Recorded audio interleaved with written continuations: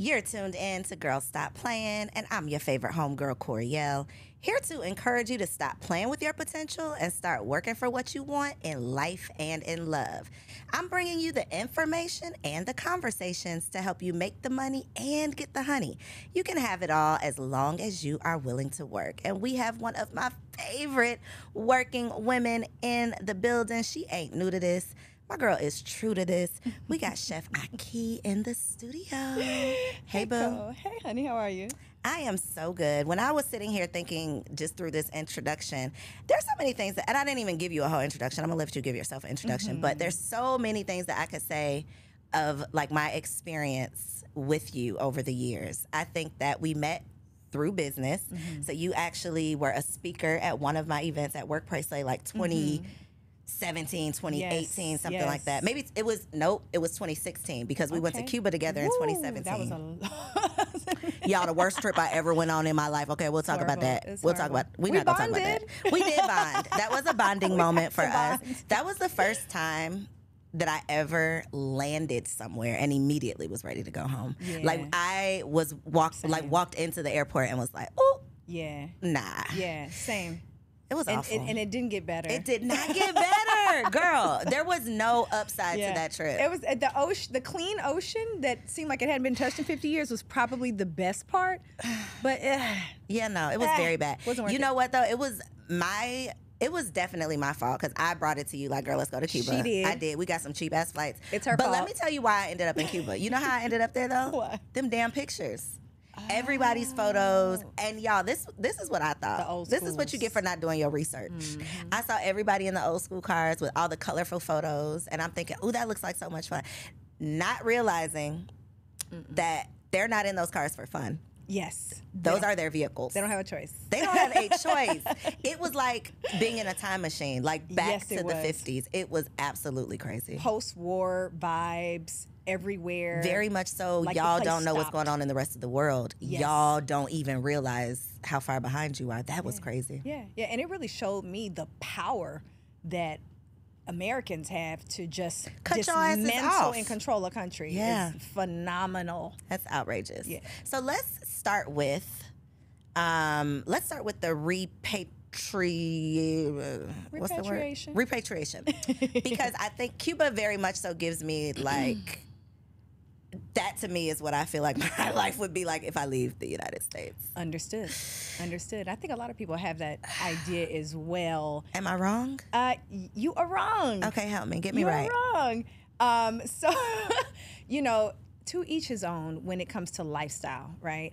And I think that as Americans, we do get used to a lot of creature comforts. And for me, I really needed a balance because I do like my creature comforts. And there's certain things Girl, that what's a creature comfort? A creature comfort is just, the all the little things, what we say are little. I'm sure they're huge to others. Girl, like hot water?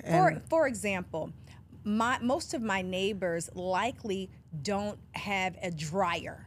Instead, they dry their clothes outside. Yes, in Belize. So for me, that's a creature comfort that I truly enjoy. Why? Because I want that crispy, fresh, warm towel fresh out the shower. I personally really like that. Now, have I tried to say, well, let me see what this would be like just to hang my clothes out and see how it would be? The truth is, it's so hot and it's so breezy that by the time I took my clothes off the line, I realized half the stuff that I wear, it's also summery clothing. It's very thin, right? So half the time I end up not needing the dryer unless it's my blankets and towels. So, there's creature comforts sometimes have to do with your environment. Got you. So I'm learning. What's another something that we probably take for granted? Oh man, I could tell you so many things. I would say one of the things is that in a lot of countries, third world countries, the electricity will turn off randomly, okay? Now, in truth, it's nowhere near as bad where I am as I've heard it can be in certain countries in Africa, et cetera. Where I am in the 3 years that I've been in Belize, it's turned off maybe 3 times. How long is it staying off? And it's usually on an average, maybe 10 minutes. Okay. So this is not extreme, but it is abrupt. And it is like, whoa, I was just into that Netflix movie. What just happened here? Well, and then we look outside and we see the whole town's dark. and people are just go out on their porch and have a beer and wait for 10 minutes and go back in and start life. And it's become kind of fun to me when it happens. I'm like, oh, let's just have a party, block party outside. Oh, just go relax. Wow. So it's not huge, but it is different. Very different. Okay, what is the, and I feel like there's, when I think of this conversation, it's almost like the type of traveler that you are, because, you know, you got some type of travelers like me. I want to be on the resort, like unlimited. I'm like an unlimited, all-inclusive resort type of girl. I don't want to think about anything. I don't want to pay for anything extra. Everything's already covered. Let's just do it. That's me. Yep. Some travelers are more like adventure travelers, or they want to get out. They want to be with the locals. They want to like immerse themselves in the culture. I feel like you are probably more on the cultural side than the all-inclusive side. So for you, I assume that this was an easier transition, because you are very much so, the retreats that you do, right? They're very much so, I think, because I have not personally been, but they seem like they're very immersed into nature. Like you're with the locals, you know, like you're doing all of these things.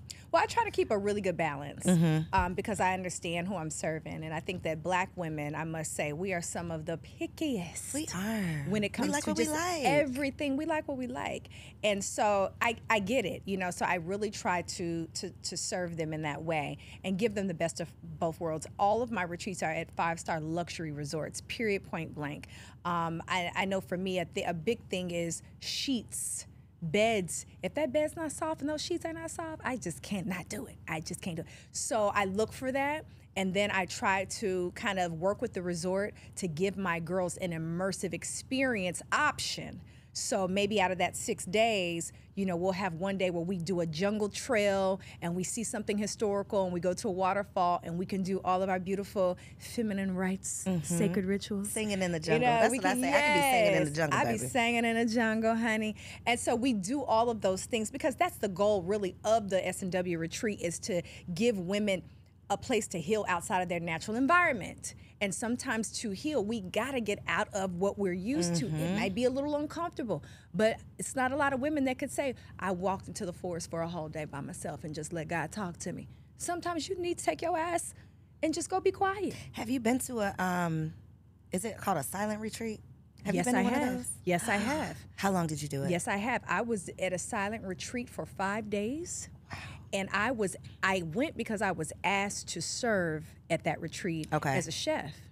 Okay, so I was a silent chef. Okay, but they gave me this. I mean, they gave me the most beautiful room in this beautiful home, and it was overlooking the mountains. And I had a beautiful sun deck that I could tan on. And what we would do is, when it was time to say any words at the end of the evening, there would be a bell. And we would hear the bell and we would know, okay, we're gonna gather for dinner and we're gonna say, this is how our day went in silence. And to be honest, it was the most absolutely peaceful and beautiful experience, just for people to just shut up. Was so good for me. In theory, I feel like that would not be the worst thing ever, but 5 days. It seems like extreme. Is it like fasting, how like once you get through like the first day or day 2, it's like you got it. Is it like that? Like once you get through the initial? I think it depends on the kind of woman you are and where you are in your own evolution and journey, honestly, because for me at that time, there was a time in my life where I think it would have felt that way. But for me at the time, I was a new mom. I had a crying, crazy baby. I was tired. I had so many books I wanted to read, so many things I wanted to write about. I'm a thinker. I'm a visionary. So for me, it was like, oh, good riddance. Great. Okay. Well, now I can get to what I really want to do, which is to write my life journey, my life plans. I get to read my favorite books. I get to tan in the sun. I get to hear all my favorite music. I get to write songs and sing to myself. I'm never bored. So for me, it was divine. It was good. It was good. Divine. Okay. So at your retreats, what are some of the return to yourself activities that you're doing with these ladies? Great question. So we have a day of silence on the retreat. And I feel like out of all the amazing things we do, it's one of the most impactful, because women just don't get a day of silence. Just not one damn day of silence. So that's one of the things. I think one of the other things that we do on a retreat is something called Qigong.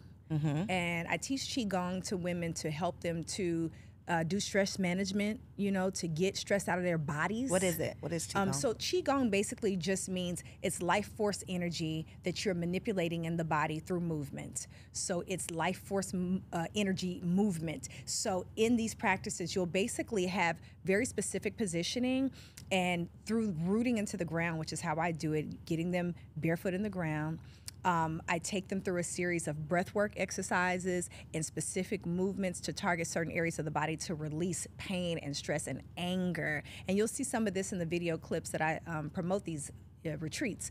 But it's very, very powerful because we are holding pain all throughout our bodies, all throughout the so hips, much stress. Right? I always hear about the hips. Oh, definitely. Like trauma. And what is that? For me, it's the neck, the shoulders, but definitely the hips, the head. We do tapping exercises where we are tapping our meridians and opening all of our chakras and portals. I mean, but the hip area, this is very, very intense for women because we hold a lot of pain when it comes to childbirth. I know for me, my hips hurt for 3 years after I gave birth. Really? Oh my God. I still have to get chiropractic work just to keep things balanced. And it depends. I have inverted hips, which makes it hard to give birth, in fact. Whereas, like they say, childbearing hips, like Coriel here. Yeah.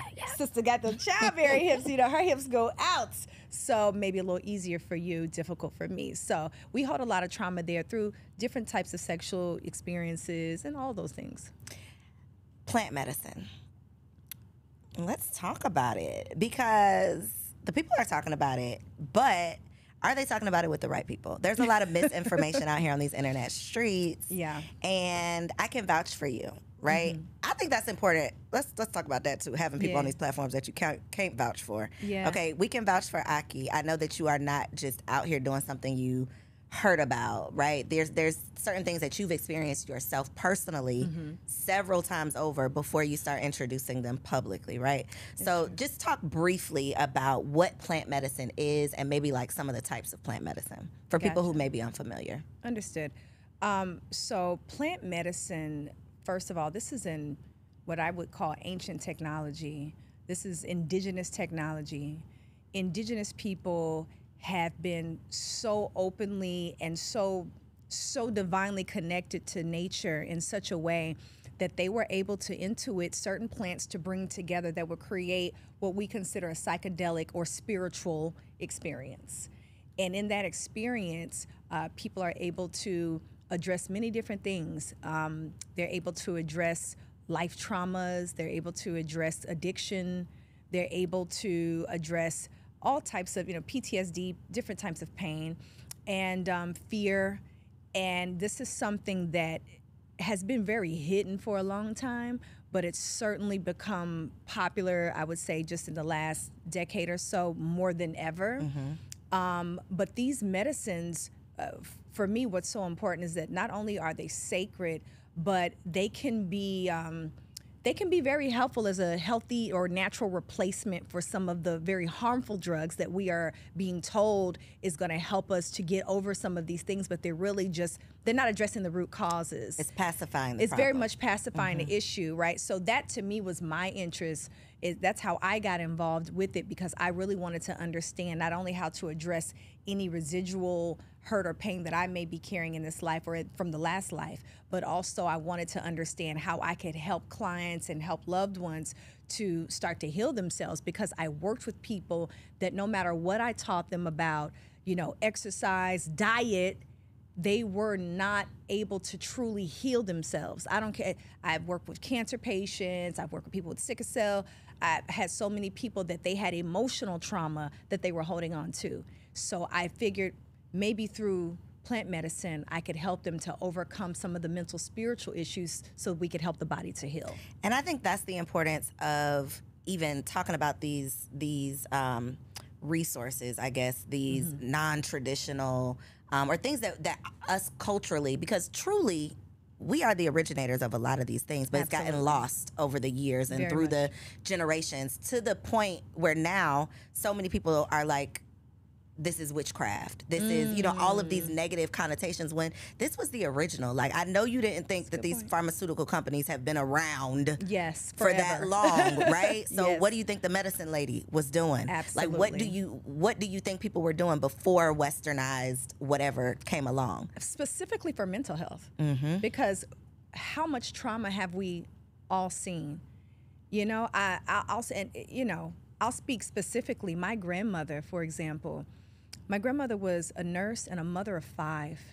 One of her children was special needs, and one of her children, her only son, was burned in a house fire, 85% of his body. Now, I'm a mother of a boy, you're a boy mom. We know when our child don't breathe right, the way that feels. It's traumatic. You feel like you're oh my God. And so when I think about what that would do to a woman's pain body who still has to show up for all 4 of her children and a special needs one, I think about her having to show up at work and smile, her having to show up with her husband and her church family, etc. What that took from her in strength. So when I think about what we've passed down in trauma, fear, just being in an environment where racism has been the majority of the experience for Black people in America alone, brown people have such need for these medicines. That also for me was a huge interest, and I can proudly say that I have personally brought in maybe over 2,000 to 3,000 people into plant medicine, Black and brown people here in the Midwest and the South.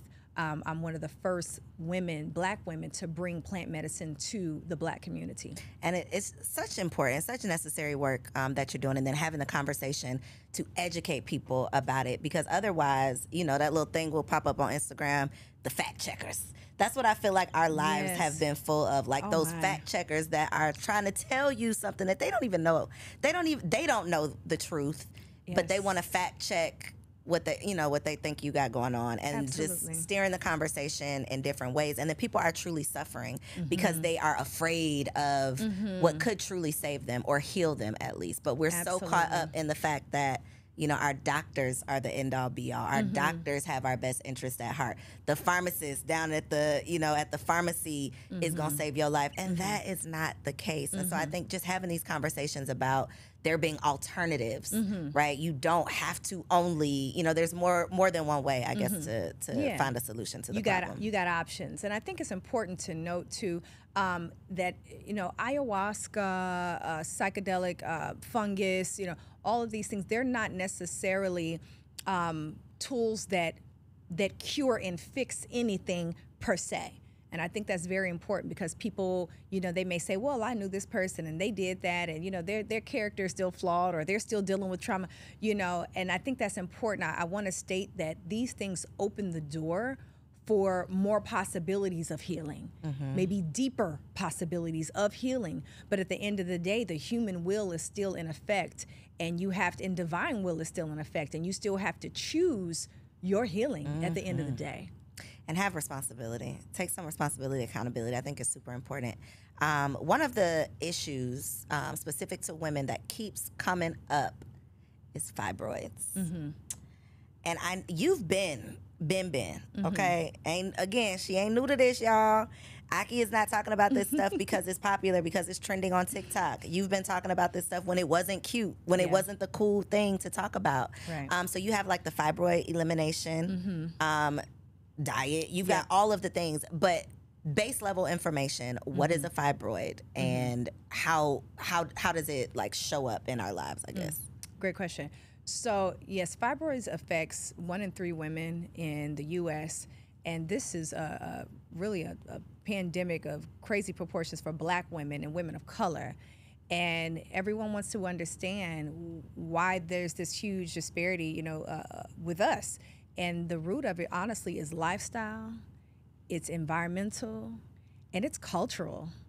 And it's definitely emotional, it's spiritual, and you really have to address the full body, the whole of a woman, in order to get rid of this. But a tumor is basically just an excessive tumor that is growing in and around the ovaries, and it creates a blockage for women for childbirth. It stores up all of the nutrition in the body. It holds blood, and it creates heavy bleeding, pain.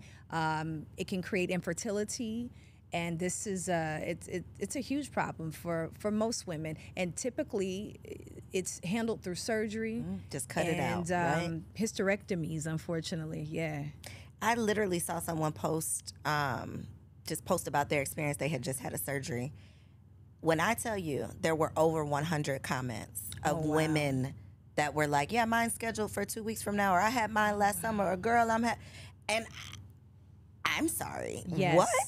This is just every time y'all are just ordering them up like yes. How? Every time I talk about happening? That is the case. Women are like, "Whoa, man, I wish I would have read this before I just got out." Oh yeah, I got mine is scheduled for next week. I mean, it's so normal. Crazy. Absolutely. Well, this is what happens again, like you said, when we have a culture that we believe wholly and fully on the medical system to treat an issue that is in fact preventable, that is in fact possible for you to shrink and eliminate your fibroid. I don't care what anybody tells you, it's true. I've experienced it with many, many women. We've had a woman who shrunk up to 40 fibroids in her body, and had children. So this can happen. You don't have to go under the knife in order to heal, but it has become common because it's the convenience and the lack of knowledge and education. And it's like the quick route, right? It's like the weight loss surgery versus the weight loss journey. Weight loss journey, like getting in the gym versus going to have. Because it's a journey and a lifestyle change. And we don't want to stop eating what we do, right? Because when you tell someone, okay, you can heal this naturally, but you're going to have to cut out this, and this, it's like, nah, I'll just go get the surgery. Absolutely. But then they can grow back, which is what I just found out. So you get this surgery and don't change your lifestyle, and then you can end up back in the same situation. You know what I call little monsters. These literally little monsters, because if you've seen a fibroid, you can Google this. They're pretty ugly. They're really nasty, and sometimes they even have like teeth and hair, and it's very, very, very interesting. And I talk about this in my book, Fibroid Elimination Recipe Guide. I have a digital series that we're actually just finished producing, editing, that's coming out, the Fibroid Elimination Lifestyle Guide. And this, it's a lifestyle. And it does take discipline, it does take work. But if you look at it, sisters who are listening, if you're dealing with a reproductive ailment issue, fibroids, you need to change your lifestyle anyway, because as Coriel just stated, they can come back. So you may go do the surgery, but that's not going to address the root issue. And the root issue, when it comes down to it, is excessive estrogen, it's stress, it's lifestyle. And when it's a rabbit hole, right? I watched What the Health in 2012. Totally changed my life. Yeah. I didn't get off track. I probably need to go back again. Right? I probably need to go back and scare myself again to get back on track. But there's so many things fighting against us every single day. Outside of the food that we eat, that's probably the hardest thing to give up, but drinking out of a plastic water bottle. You know, there's estrogen in so many things that it's like, but we don't know. So if you don't even know that, you know, that there's estrogen in things outside of like what you're eating, then you could think you're doing right, but then you're still not on point. You know, we do all the research on making sure we have the best credit card. We got our Sky Miles. You know, we got the best, you know, hotels, resorts, vacations, hair, nails. We're going to do all the research, making sure these hair and these nails is together and it's whatever. You know, we've got to get our values together. And that, to me, is what it comes down to, is our value system is messed up. So if you're going to go and spend, you know, $500 on a bag or a pair of shoes, then you may want to consider your $150 grocery bill and go to Whole Foods or go to Sprouts or go and create relationships with your local farmers and local gardeners, because this is what's going to actually save your life and the quality of your life. And I used to have a lot of people that would say, oh, well, Chef Ahki, you know, nobody's going to live forever. You know, we all going to die from something, you know? And I would say, well, surely, we know that, but I don't want nobody wiping my behind when I'm getting ready to get up out of here. I don't know about y'all. I don't want nobody trying to tell me what I need to do with my money, because now I'm senile because I have so much lead in my brain. I don't want to not be able to hold my grandbabies because my fingers don't work, because they're curled from arthritis. I don't want to be in pain. I want to thrive throughout my life. And I got plenty to do. I have a big life to live, so I want the quality of my life. And I'm trying to be young, fine, and juicy for a long time, Come on, honey. fine and juicy. Yes. Fine and juicy for as long as we possibly can. It's funny that you said we got to get our values together, because that makes me think of the whole high value man, high value woman conversation. Come on. So I put up a post that was like, you know, if this high value man shows up in this way, he has all of the money, not that much time, and he gonna cheat on you.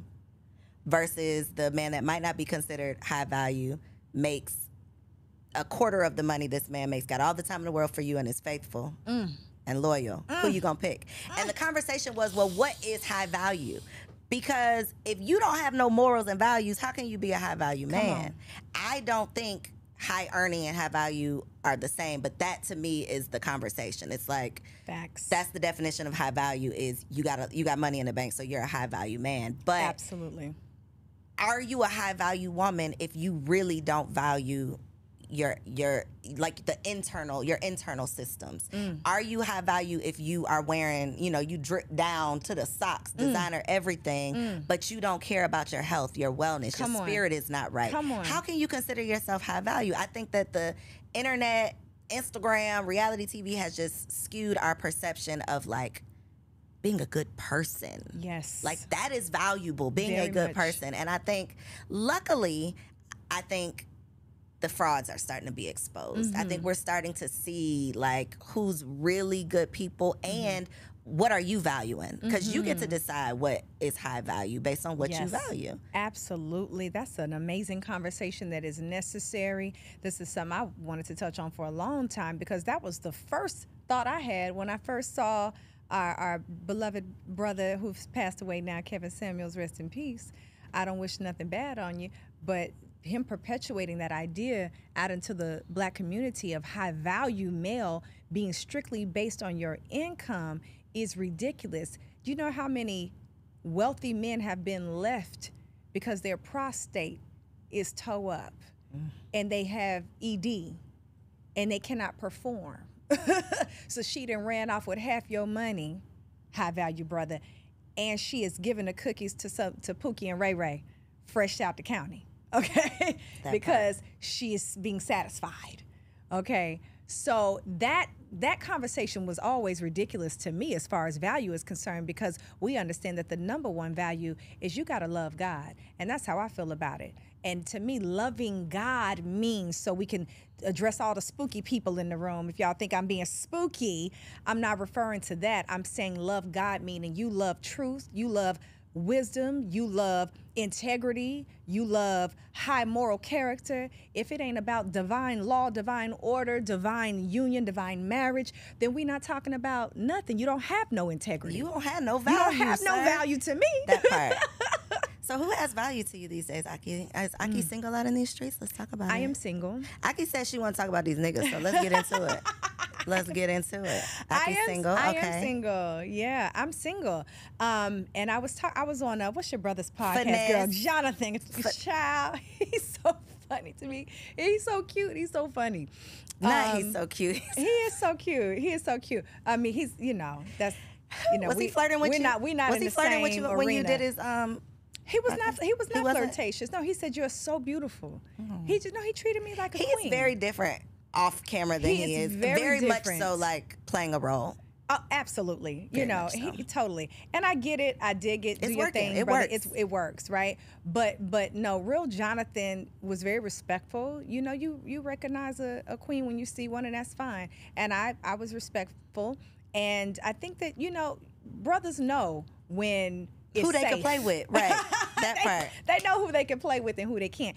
So that, and he said that. He said it must be difficult for you, and that the men that you would even consider, it's like a 0.001% chance, because you are a plant-based woman, you are a woman of value and integrity, you're not trying to play no games, you are a woman who has a career. You know, you're a world traveler, you're a global consciousness woman, Cultured woman, spiritually conscious, cultured woman.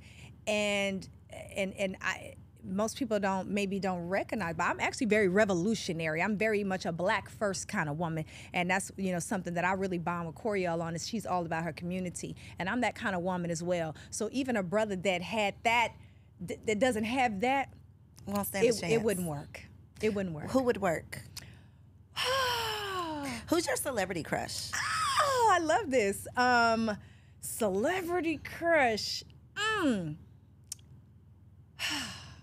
If I had a celebrity crush, it would possibly be someone like, oh God, this is so... It's not that hard, Ahki. Who is it? Tell us. There are celebrities that are gorgeous to me, but I just can't crush on you because I don't know your value system. I don't know how you get down. Let's say they have great value. Aesthetically, I mean, value aesthetically, who I think is a beautiful brother. I think Method Man is a beautiful brother. Girl, I was about to say, let me go first, and it was going to be Method Man. Damn it. But Method Man got the jab. So did he? Method Man got the jab, honey. Because that's why Redman didn't do this. Yeah. See, now that that would be a deal breaker. So let's talk about that, because this is a safe space to talk about that. Is it? Can you say jab? Will YouTube block us? No, I don't think so. Let's call it What can we call it? You can't poke. As if jab and poke are not the same.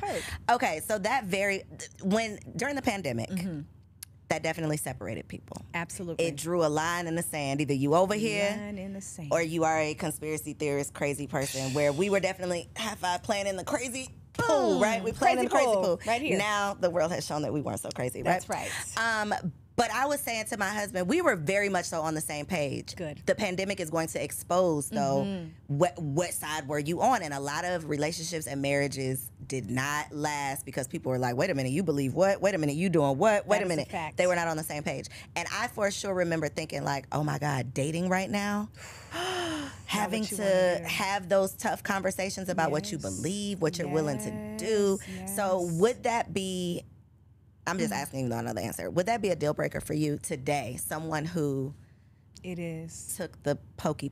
It is the a deal hokey breaker. pokey. I had a beautiful, intelligent brother that I was recently chatting with, and I was hesitant to ask. Because you don't want to know the truth. And I was like, oh, I don't want to even know the truth. And as I kind of crept into, and he said, yeah, I was forced. And that's what pissed me off. That part. So because this is an amazing brother, and he was forced in his situation. So it's not okay even if he was forced? No. Because now we have a biological problem. Yeah. That to me is too great to play with, and I cannot play. I feel like I have superb DNA, and we want to keep it that way. Tight like that. We want to keep it I mean, God, I hope this video don't get flagged and taken down, but we're here now. We in it. So here we go. We in the sauce. The consequences, like the threats behind it all, the fact that they were letting people out of jail early if they, agreed to. Yes. It was just so much crazy stuff that I felt like I have to be living in a simulation. Honey, they was giving out fried chicken and strip dances. Free donuts. They were. Krispy Kreme they were. And popsicles. I said, what in the hell? And at some point, your common sense has to say, you know what? If they giving out anything, like I know your parents taught you when you were young. If somebody's just handing out free, you don't want to take it. It's contaminated. It's tainted. Right. And now the fact that they will say like specify like we want blood from people like if you're donating blood, non-vaccinated blood or it's like yes. So we're superior at this point because we are not genetically modified. We're non-GMO. Yeah, we're non-GMO over here. I'm gonna get the T-shirt. And it's no shade because my heart truly goes out to several people who I know did not want to do it, and for their livelihood. I mean, this is a civil issue. This is a legal issue, if you ask me. But you cannot force people or coerce people. That's right? what it was, coercion. That's what it was. It was a coercion, and that to me is where we got a bigger issue now. Okay. Yeah, because personal freedom is that whole my body, my choice, that went right out the window. Right. We were just the year before yelling my body, my choice. And now you don't have no choice. Your body belongs to us. and you got to do what we say if you want to work this job, or if you want to Yes. go. I mean, it got so crazy to the point Really where bad. it was literally like, okay, like you said, it's me, it's me, you or me. Like, I have to choose myself, and so many people were not in a space financially or logically to choose themselves. They got caught up in the fear mongering, which is, you know, you gonna die if you don't do this, and now it's like, well, you might die because you did it. Yeah, absolutely.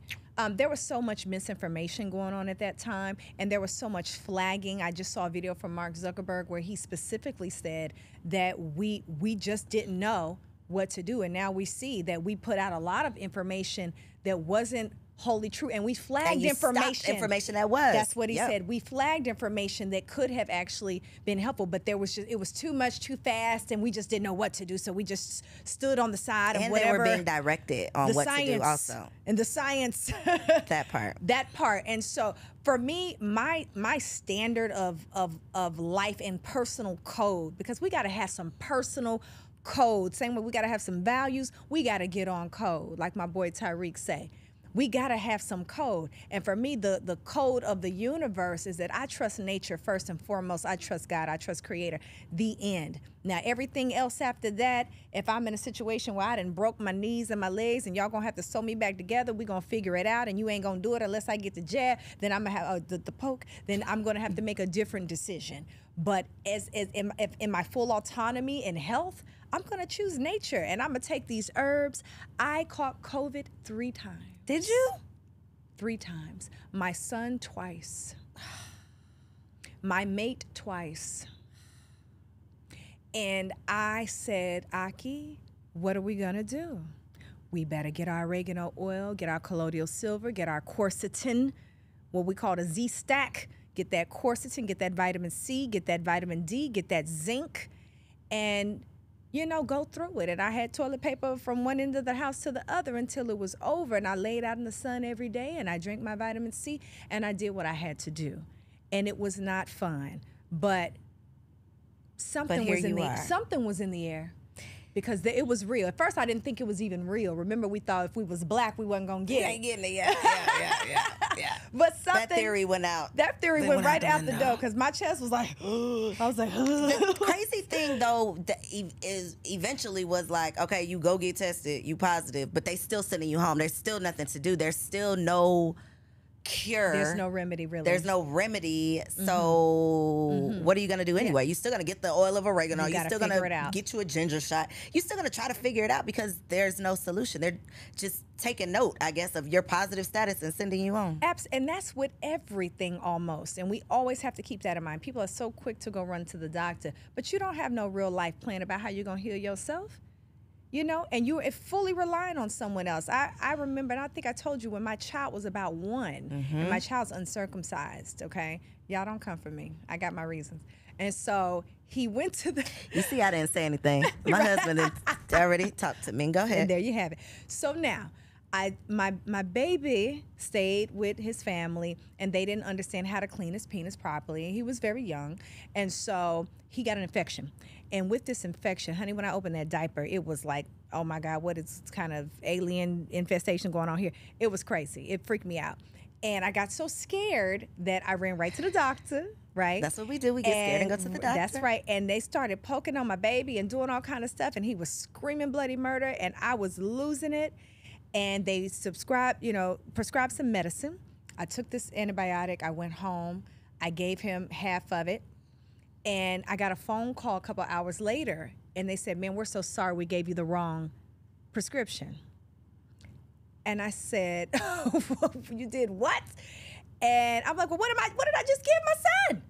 And they're like, well, come on back up here and get the other prescription. I said, okay. I go up there, and they say, ma'am, here. I said, well, here's the previous bottle. Give me the other one. They said, okay, that's going to be another $100. And I said, so I don't get a refund for the wrong prescription? They were like, no. I said, you know what? Keep your bottle. The nerve of y'all. Keep your bottle. Thanks for the message. And I realized in that moment, Ahki, you got this. This ain't nothing but a bacteria. You know what to do. And what did I do? I went home and got my herbs. I got everything I need. I made my little poultice, put it on my baby, and by the morning, his penis was just fine. He was back to normal. And right then I said, I cannot play both sides. I'm going to have to make a choice about, am I going to get freaked out and run to the doctor every time? And I got to rely on these people to potentially poison my child and make it worse than it was. That is the crazy. This whole medical malpractice, like if we really started doing research on the medical malpractice, the fact that these doctors are literally practicing, right, on you, with you, hoping that whatever they prescribe you is going to fix the problem. But we all know it's not going to actually fix the problem. It's going to pacify the problem and lead you to the next drug for them to prescribe. It's just this revolving door of foolishness because we're giving all of the responsibility, all of the power over to these people who are paid by pharmaceutical companies to prescribe these pills. Well, see, when you say that, you know, we in murky waters. You know what I'm saying, sister? We're in dangerous waters and dangerous territory when you talk like that, because this is what I experienced when I released my TED Talk, you know. And I was so excited to do my TED Talk. And I said, whoa, I'm going to make sure everybody sees this TED Talk. It's going to be the most amazing 17 minutes of indigenous wisdom and knowledge. And I put this TED Talk together, and, you know, they flagged it. They flagged it, and it went out. But on their page, they flagged it and took it down eventually.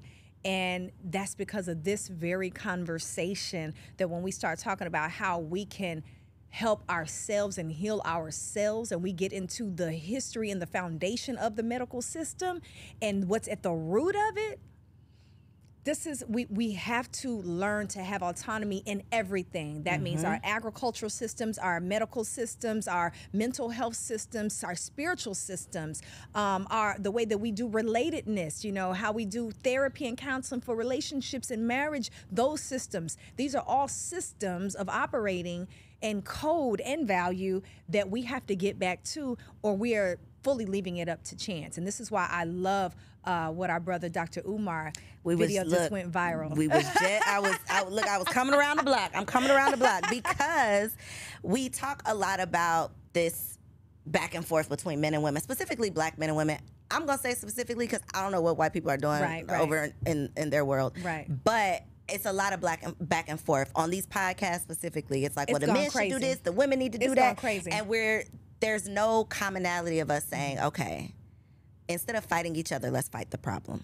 Right? Let's come up with a solution so that we can pull our families back together, which is what's important to me. It's not, okay, well, men need to do this, women need to do that. What do we both need to do so that we can come together and fix the family, which is the root and the foundation of all of this other stuff, right? So recap or summarize the Dr. Umar clip.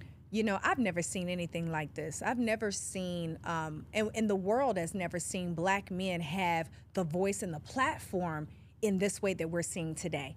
And it's very powerful, and it's very important. And I really commend men for being so expressive. I really do. And I watch all the stuff. I'm one of those girls. I like my medicine strong. You know, if I am out of line, out of order, out of my feminine balance, and men got something to say about it, I'm tuned in. I'm like, okay, what we doing wrong? What I need to, you know, because I want to master myself truly.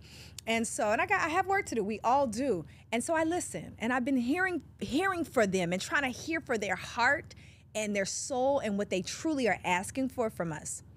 What's happened is that now it's turned into a, let's just beat these women into the ground, the red pill, and just make them, just humble them to such a degree that now there's shame and there's guilt and there's so much pain, because at the root, that woman is saying, I didn't know how to be or what to do because I didn't have a dad.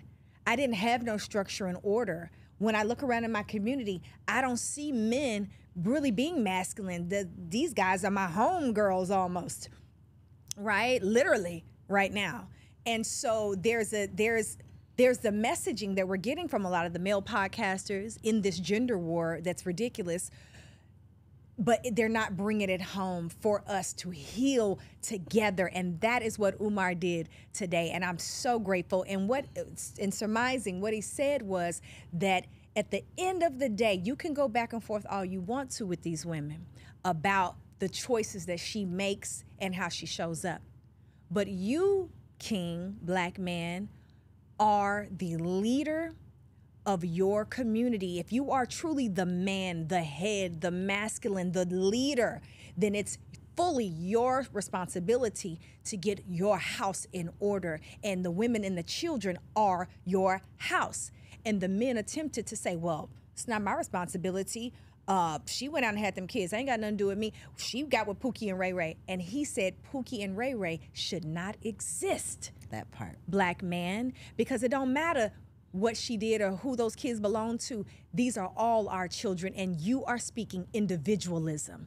And that, to me, is the cultural break that is at the root of the issue that Black Americans are having, because everybody else knows who they are. They know who they are, they know where they're going, and they're working together for the one goal as a whole. We are still stuck in individualism, where we want to get something for us and me and mines, and good luck to the rest of y'all. And we have to have a holistic vision for Black people as a nation and a community, or we will continue to see what we're seeing. That part. And I've said jokingly several times, like, I'm just basic Black, right? I can't go home to another place. I don't know the tribe that I come from. I don't have a family member off in Haiti that I don't have any of that, right? I don't know my lineage. And I think so many of us basic Black people who, this is all we know. If I can't name them, I don't know them, right? I don't have a family Bible that goes back 10 generations and I can pinpoint when they came here. I don't have all of that. And I think that is the root cause of a lot of what's missing in the Black community is we don't have a sense of community because we don't know. We don't have culture. Black people, we talk culture, this, culture, that. We don't really have any culture. We've been dismantled. We don't have a language. We don't have not for real, right? We don't have a language. We don't have a religion that we know came from us, right? We know what was passed down to us from our oppressors. That's what we are repeating. And so I think because we don't have that sense of culture, we don't have a sense of community. Your kids are your kids. Good luck to y'all, but I'm taking care of what I need to take care of at my house versus thinking about this whole neighborhood as being my community. Or your kids are an extension of me because we're all a part of the same community. So what can I do to improve and enhance and add value back to everyone versus just feeling like I'm only responsible for mine? And I think in that clip specifically, he kind of humbled those men because it's like, well, how can you even claim to be a man if you're okay with any child going without? Because the men were basically saying, well, good luck. I'm gonna go over here and create my own family, but, forget y'all. And it's like, well, how are you going to be the leader of a community when you don't actually care about the community? Absolutely. Great point. That's exactly what was being said. And what you're talking about as far as community and culture is concerned, that is at the root of the issue, in that our culture has been fully dismantled, and we do not touch and agree on how we should move forward and with what culture should we be moving forward in. And I think that it would be best for us to move past whether or not we are the same religion, we have the same amount of money, all of those things. None of that's going to get us nowhere. If we cannot agree on basic principles of living, we know for a fact that right now, if we needed to be fully sustainable with clothes, food, shelter, electricity, the basic health care, the basic things of life beyond your personal principles and all those things, beyond that, we are not even self-sufficient and sustainable in that. We were doing better in Tulsa, Oklahoma than what we're doing today. And we have more information, more resources, more, right? But now we don't have the mentality to go with it. That part. And that is the part. So if we actually wanted to move forward and have real earth power, what I would consider global respect, you know what I'm saying? And that's why we always get our ass kicked, and going to jail, and then we get online and complain about it, and so-and-so got murdered. It's because of the global respect, because Black man, they're looking at you and the way you handle and deal with your woman and your children. Unfortunately, it's how they value you. And that's what it is at the end of the day. Yes, sisters got to get it together. But let's keep it real. Women do what we think y'all like. We try to show up the way we think y'all like. That's why there's all this fake butts and fake this. And how many women are having these babies trying to hold on to a man? Having babies trying to hold on to a man because the men are not honest. I don't know how many brothers have tried to hit me with this poly this and poly that. We're having this polyamorous conversation, but half of the men who are talking that, they have no elder counsel from any elder men who have that experience. No resources. You don't know how to manage. You don't have the proper resources. Half the black men in America make $40,000 to $50,000 a year. Facts. So you don't have the resources to sustain that, right? And when you pull your penis out without protection, you don't have the resources. You have no more control over that seed. I thought the penis wasn't enough of the resources. No, you don't have any control over what the woman does with that seed, right? So if you're doing that, then this could go many ways. Mm-hmm. And at the end of the day, those children are going to be looking to you as an example of how to be. So how are you showing up? Mm-hmm. Because women are going to be open and receptive as our nature to whatever the love and the expression of that love that you are bringing to the table. Typically, we're just going to receive. We want your instruction. We want your direction. We want your leadership. But you got to be in tune with divine will. And that means it's including everybody. You don't just walk past a hungry child. That part. You don't walk past a child that's out of line. You help and talk to them and put them back in line. We're all one people. That's how the world sees us, and we have to start seeing ourselves that way. I love it. So for the people who are trying to get out into the world, who want to come on over to Belize or attend one of your retreats, how can we find out more information, and what do you have coming up that we can support? Awesome. So currently, September the 9th through the 14th, you can go to the supernaturalwomanretreat.com, and you can certainly join me. There are a few slots available where we do an all-inclusive beachfront property 5-star luxury resort where women can come together. I usually don't do more than 25 women, and we come together to do a lot of spiritual work as well as just have a good time and relax and enjoy ourselves. For people who are interested in seeing the country and they want to learn how to move out of the U.S. and maybe go to a place like Belize, there's many, many options. On the lower level, there are people who maybe just want to go for 6 months to a year and stay at a property and get to know and learn and understand the culture. That is an option, and you can reach out to me for that. But also, if you're interested in permanently relocating there and buying land, maybe you want to have some investment properties there. Lots of those options are available to you as well. And I'm involved with several different developers who have lands in the north and in the south of Belize. So you can certainly reach out to me there. You can find me right on Instagram. You can reach out to me through my ahkitaylor.com. You can reach out to me, and we'll be having Zoom classes regularly for people who want to get that information.